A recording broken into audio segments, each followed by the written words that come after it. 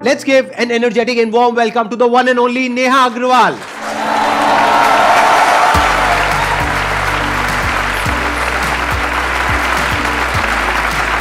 Please.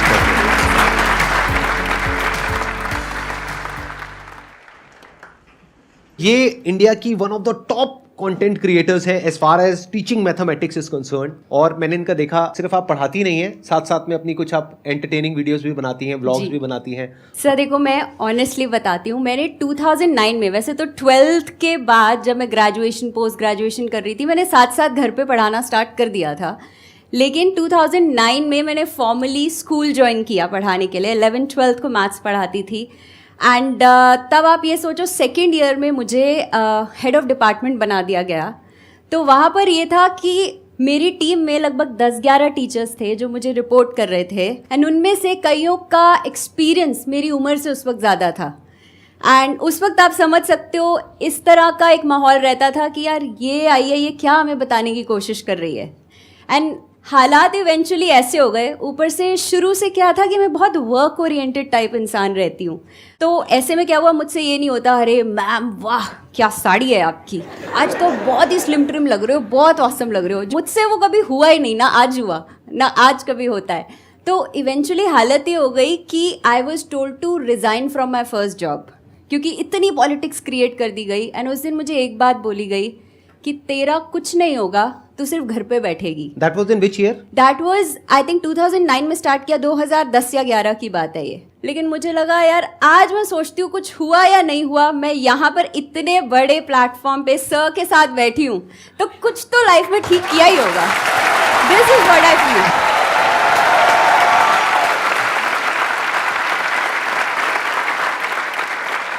मेरा interest आ रहा है आपकी जर्नी में। जब आपकी जॉब चली गई जी, फिर उसके बाद में आपने क्या किया?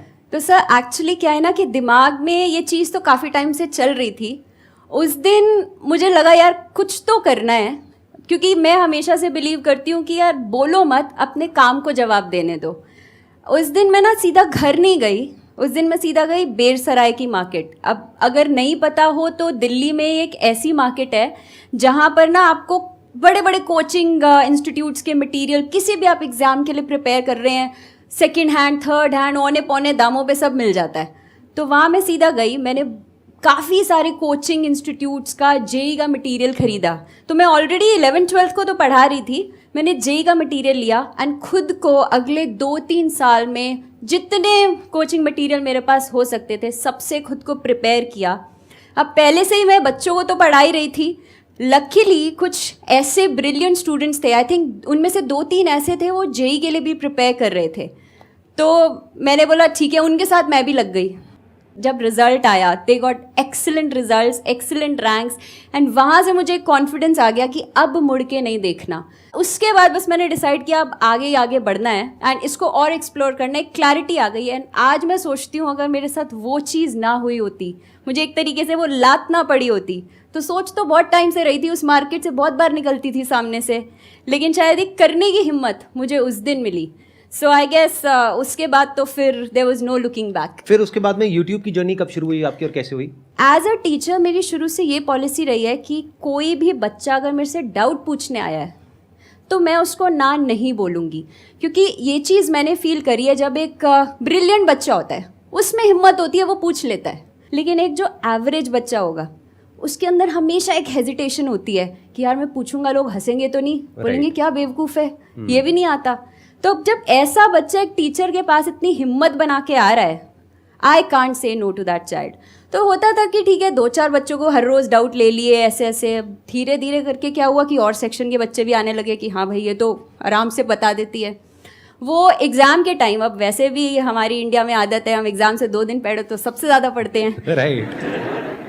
यूट्यूब पर भी व्यूज मैक्सिमम 2 दिन पहले जाते हैं। हाँ। तो अब ऐसा होने लगा कि शाम को भैया 2 बजे का स्कूल खत्म हुआ, 4-5 बजे तक बैठकर मैं डाउट्स ही सॉल्व कर रही हूँ।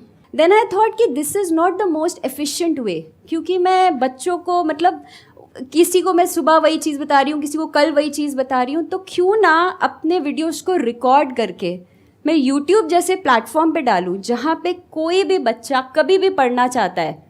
तो Neha Agarwal is available on Mathematically Inclined 24/7. So that was the idea. That was in which year? This is 2017. आपके माइंड में ये आइडिया कहाँ से आया? ये जो आपने कुछ शॉर्ट्स बनाई है मैंने देखा, जी. जिसमें आप कुछ एक्टिंग भी कर रही हैं, Right. और बहुत ही इंटरेस्टिंग है वो, Right. है ना? तो ये आइडिया कहाँ से आया और इतनी हिम्मत कहाँ से आई ये करने की? क्योंकि आप टीचिंग में ऑलरेडी एक लेवल पर पहुंच गई थी जब आपने ये काम शुरू किया. आई थिंक ब्लॉगिंग आपने बाद में शुरू किया. राइट. वो एक्चुअली क्या था, बीच बीच में मैं अपने चैनल पे ही डाल देती थी. अच्छा. फिर मुझे लगा कि नहीं, जो बहुत सीरियसली क्राउड पढ़ना आ रहा है, तो ये एक ह्यूमर का एलिमेंट है मेरे अंदर शायद बचपन से. सो वैसे I have been a very introvert and बहुत जैसे होता है ना गाय टाइप ओबीडियंट बच्चा, कि जहाँ मम्मी पापा ने भेज दिया, बिठा दिया, बस वही.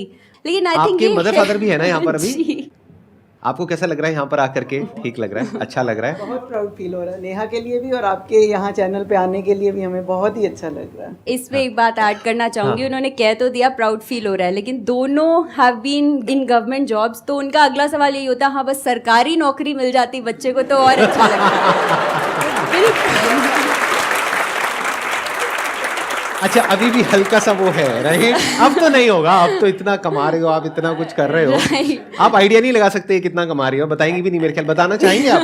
मतलब जितना आप कंफर्टेबली डिस्क्लोज करना चाहें कैमरे में. मैं बता रही हूँ ना कि मैं लाखों बच्चों का प्यार, हजारों कमेंट्स, हजारों ईमेल्स, जो मैं शायद पैसे देके भी नहीं किसी से लिखवा सकती. ऐसे ऐसे कमेंट्स आते हैं जब मुझे लगता है, बच्चे कहते हैं कि मैम हमारा मैथ्स में इंटरेस्ट ही नहीं था, हम दूर भागते थे, एंड हमने फॉलो करना शुरू किया, एंड सडनली पता नहीं क्या हो गया कि पेरेंट्स भी बोलते हैं तुझे क्या हो गया यार, तू मैथ्स ही पढ़े जा रहा है. तो I guess this is something which I feel I earn. क्योंकि पैसे तो शायद जब मैं टीचिंग में आई थी उस वक्त एक स्कूल टीचर की सैलरी 10-12 हज़ार से ज़्यादा नहीं थी. तो वो इंटेंट ही नहीं था कि मुझे इसलिए टीचिंग में जाना है. मेरे अंदर आई थिंक वो कीड़ा बचपन से था. वो जैसे बच्चे कहते हैं मैं डॉक्टर बनूंगा, मैं एक्टर बनूंगा, मैं आई थिंक 7वीं या 8वीं में थी, मैं कहती थी मैं टीचर बनूंगी.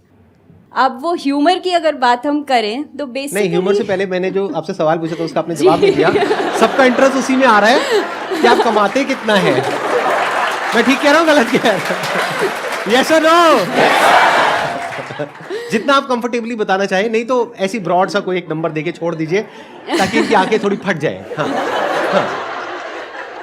मैं बेसिकली जो कमाती हूँ, जो चैनल जो मैंने monetize I think 1-1.5 lakh subscribers तक तो किया ही नहीं था, क्योंकि वो इंटेंट था ही नहीं मेरा. मुझे था यार पढ़ाना है, मेरे को थोड़ी सी जो मैथ्स की नॉलेज है वो बांटना चाहती हूँ. When I started with this journey then I realize कि नहीं, अगर मुझे और एक्सपर्ट साथ चाहिए होंगे, जैसे कोई मेरे लिए मुझे स्लाइड्स में हेल्प कर रहा है, कोई टाइपिंग में हेल्प कर रहा है, कोई एक्सपर्ट्स हैं जो अपनी फील्ड के हैं, जो वो इनपुट्स दे रहे हैं. So then if I have to sustain this model, तो मुझे कुछ ना कुछ यहाँ पर ऑन करना पड़ेगा. तो डेफिनेटली मैं इतना तो कमा लेती हूँ, एंड मेरे और भी बहुत प्रोजेक्ट्स चलते हैं. तो ये चैनल जो है मेरा, वो प्रॉफिट माध्यम से नहीं है. मैं सिर्फ इतना है कि अगर मैं कल को सिर्फ ये भी कर रही हूँ तो I can coolly sustain this. हाँ जी. मतलब ये है कि नहीं बताएंगे.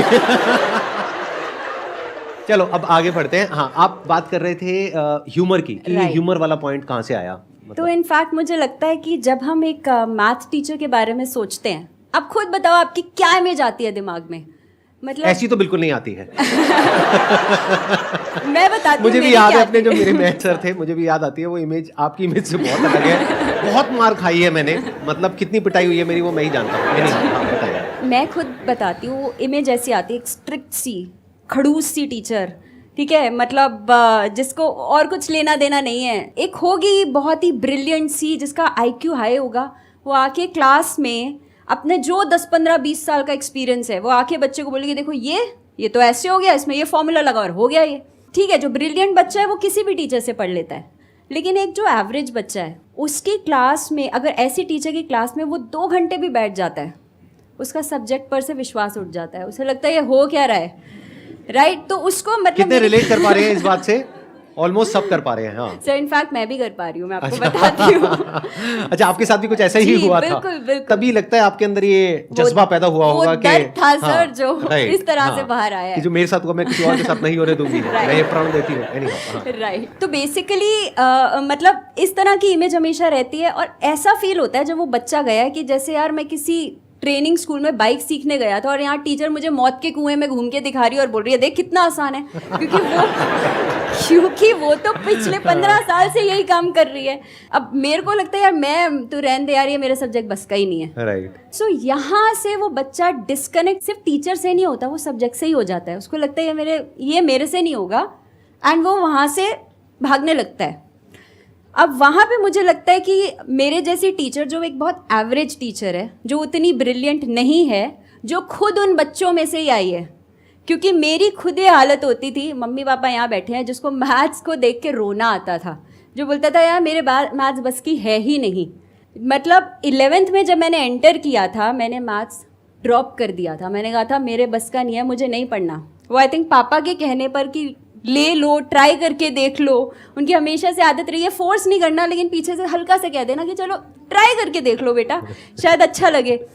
तो वो उस वक्त इसी तरह से लिया था। तो आई गेस मुझे लगता है कि मैथ्स वैसे ही इतना भारी भरकम, बच्चे वैसे ही बोझ के तले दबे हुए हैं। आप देखो 11th में आते हैं तो वैसे ही वो वॉल्यूम में और टफनेस में 10x हो जाता है। उसके ऊपर मैं भी आकर ऐसा चेहरा बना के और शुरू हो जाऊँ कि अब ये पढ़ना है, तो मेरे ख्याल से मैं खुद भी नहीं बैठ सकती ऐसी क्लास में। So that is when I thought कि नहीं यार, दैट इज़ वाई आई से at my channel let the magic begin, कि यार अब कुछ मैजिकल करते हैं एक लाइट सी चीज़ के साथ, एक ह्यूमर के साथ। तो वो आई गेस समथिंग, क्योंकि मुझे लगता है मैं जेई के लिए पढ़ा रही हूँ 2 घंटा 2.5 घंटा मैथ्स जैसा सब्जेक्ट, बच्चा कैसे बैठेगा? आपको कहीं ना कहीं बीच में एक लाइट माहौल चाहिए, एक ह्यूमर चाहिए।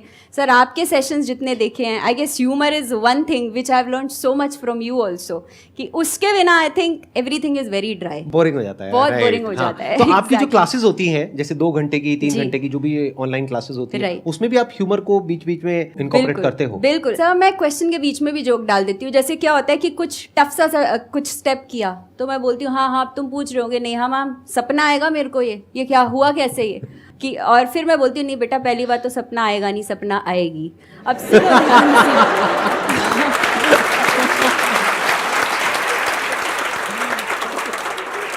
जैसे मैं, अगर आप ट्रिग्नोमेट्री पढ़ लो या कुछ भी ना, मैं हमेशा उसके साथ एक जिंगल, अब याद करना एक बड़ा सा फॉर्मूला, तो क्या करोगे? तो मैंने बीच बीच में मैं रैप बना देती हूँ। अच्छा, जैसे कि कुछ करके दिखाएंगे? हाँ कैसे? जैसे हाँ नहीं, मेरे को इंटरेस्ट आ रहा है, मतलब ये तो नई बात है मेरे लिए बहुत। जैसे मैंने उनको बताना है sine of any integral multiple of pi is 0। बहुत बोरिंग है, बहुत बोरिंग साउंड के आधों को समझ भी नहीं आया। अभी हम क्या करेंगे? मुझे भी समझ नहीं आया।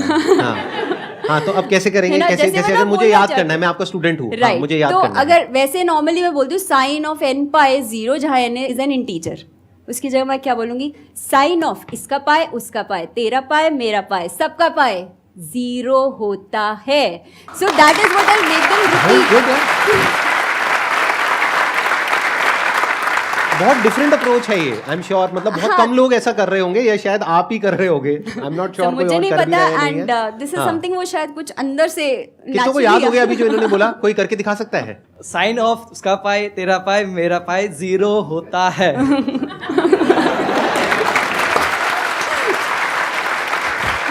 साइन ऑफ इसका पाए, उसका पाए, तेरा पाए, मेरा पाए 0 होता है।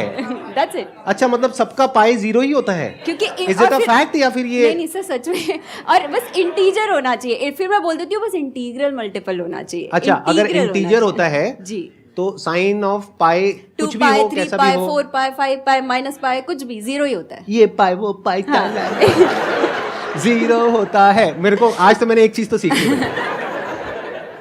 बहुत सारी ऐसी एक्चुअली मैंने जैसे बनाई थी कि अब कॉस का इंटीग्रल मल्टीपल ऑफ जो पाए आता है, अब क्या है बच्चे कंफ्यूज हो जाते हैं 1 कब आएगा, -1 कब आएगा। तो मैं उनको बोलती हूँ चलो आ जाओ मेरे साथ, एक मंत्र पढ़ते हैं हम लोग, क्या? इवन पॉजिटिव और नेगेटिव, इवन पॉजिटिव और नेगेटिव। मतलब अगर वो इवन मल्टीपल ऑफ पाए है वो आपको +1 देगा, और मल्टीपल ऑफ पाए है तो -1 देगा। दैट्स इट, खत्म।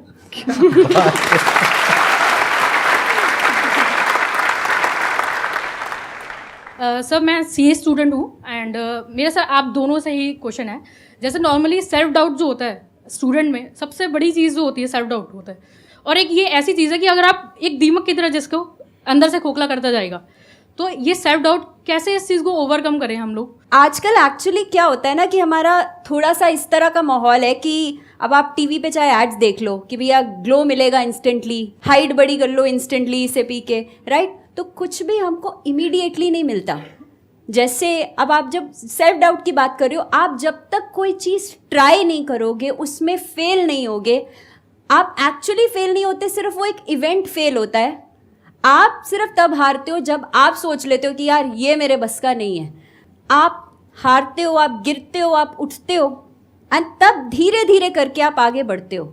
So that is the main M. और जब आप कुछ कर रहे हो यार, किसी से compete मत करो कि ये तो ऐसा कर रहा है, वो तो वैसा कर रहा है। आप खुद यूनिक हो, जो आपके ट्रेट्स है, जो आप कर सकते हो, वो शायद कोई नहीं कर सकता। Just believe in that. कभी भी लाइफ में कोई भी चीज़ होती है, उसके बारे में ये मत कहो कि ये नहीं होना चाहिए। अगर वो है तो कोई ना कोई रीज़न है। जैसे अगर बॉडी में दर्द भी है तो उसके पीछे भी कोई ना कोई रीज़न है ना।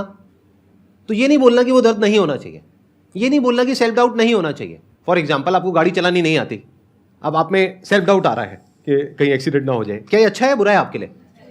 आप कहो मेरा तो कोई कुछ बिगाड़ ही नहीं सकता। पता है नहीं कि रेस क्या है, ब्रेक क्या है, उल्टा पुल्टा दबा रहे हो, जा करके चढ़ा दी किसी के ऊपर। बाकी की पूरी जिंदगी सलाखों के पीछे से झांक करके देख रहे हो। माँ बाप वहाँ पे खाना देने के लिए आ रहे हैं, बेटे जेल का खाना पता नहीं कैसा लगेगा, ले घर का खाना खा ले कभी कभी।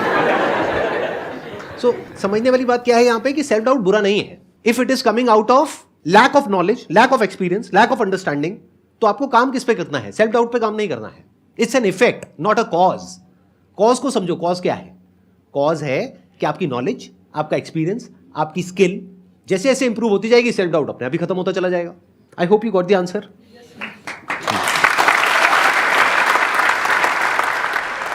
लाइफ में हम लोग जो भी काम कर रहे हैं सर, आप दोनों से मेरा सवाल, तो कैरेक्टर सर बहुत मैटर करता है।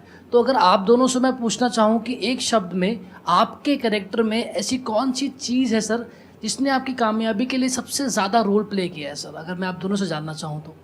आई वुड से एक नेवर से डाई एटीट्यूड, कि आप जितने भी बड़े हो, जितने भी छोटे हो, आपके अंदर एक सीखने की इच्छा हर वक्त।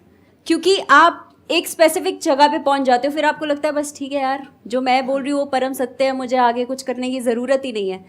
That is where the problem starts. So एक तो ये मुझसे होगा अगर मैंने ठान लिया है तो, और पर ये नहीं कि भैया सिर्फ जोश में है, फिर I have to work for it. I would not say one, I would say two. एक तो वो नेवर से डाई एटीट्यूड, और ये कि I have to keep learning in life. अगर आप मेरे से पूछोगे कि मेरे लिए कैरेक्टर का मतलब क्या है एक वर्ड के अंदर अंदर, तो वो है आपकी नीयत। जिसकी नीयत साफ होगी, वो जैसा अंदर से है वैसा ही बाहर से है, जैसा कैमरे के पीछे है वैसे ही कैमरे के आगे है। फॉर एग्जाम्पल, अभी कुछ दिन पहले I was just going through analytics. YouTube studio होता है, राइट। मुझे ज़्यादा पता नहीं था इस सब के बारे में तो मैंने कहा एक बार देखता हूँ क्या है। तो मेरी मंथली जो व्यूज़ आ रहे हैं चैनल के ऊपर, टोटल जो नंबर ऑफ व्यूज़ होते हैं वो है करीब 7 करोड़। तो आपको आइडिया लग गया होगा कि अगर उसको हम कैलकुलेट करते हैं तो हाँ। और एवरेज जो मेरी ड्यूरेशन है वीडियोस की वो है 20 से 25 मिनट।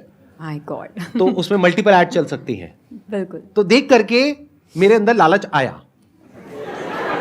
मैं झूठ क्यों कहूं कि नहीं आया? आया लालच। उसको आप सीधी सी कैलकुलेशन करोगे तो महीने का बनता है 1-1.5 करोड़ रुपए। इतना मैं अपने धंधे से भी नहीं कमा रहा हूं। समझ रहे हो?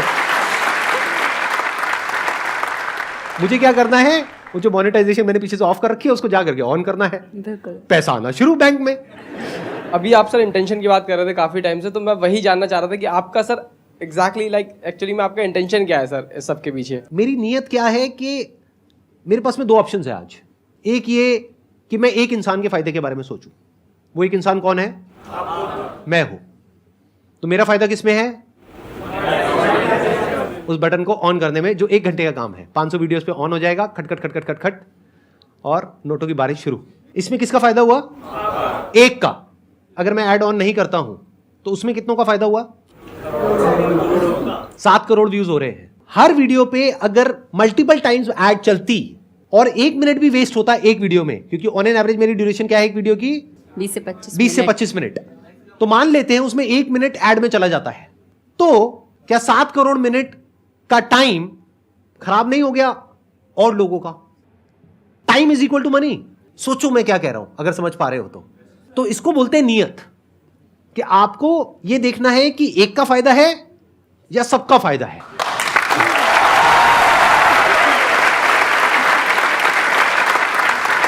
आई होप आपको भी अच्छा लगा होगा यहाँ पर आकर के मुझे बहुत इंटरेक्ट मजा करके आया, लोगों से। एब्सोल्युटली बहुत, मतलब ये तो वो होता ही है कि एक तो आपसे मिलने का मौका तो था ही, जिसके कारण जब से आई थिंक आपकी टीम से फोन आया था नींद आनी कम हो ही गई थी, बट उसके साथ साथ यहाँ पे जो एक अलग सी वाइब है विच आई गेस शायद हम लोग वो यूट्यूब पे नहीं देख सकते, वो जो Possible ही नहीं है। पर्सनली एक्सपीरियंस करना है, ये जो लाइव का एक्सपीरियंस है वो अलग ही होता है, ये अलग ही लेवल है, है। अलग ही लेवल की एनर्जी है इन लोगों की। Absolutely. ये सब भरे पड़े हैं, मतलब पता नहीं कब से इन्होंने रजिस्टर किया हुआ है, फिर इनका सिलेक्शन हुआ है और यहाँ पर बैठे हैं। लाखों लोगों ने रजिस्टर किया हुआ है मेरी वेबसाइट पे, उसमें से रैंडमली हमारे कंप्यूटर जी ने कुछ के नाम शॉर्टलिस्ट करे हैं। कुछ है जिन्होंने 4 दिन पहले किया है, किसी ने 4 साल पहले किया है। वाओ, क्या 12 साल पहले तो मैंने सेशन भी करने शुरू नहीं करे थे। मेरे को सेशन करते हुए 10 साल हुए हैं। Thank you so much for coming.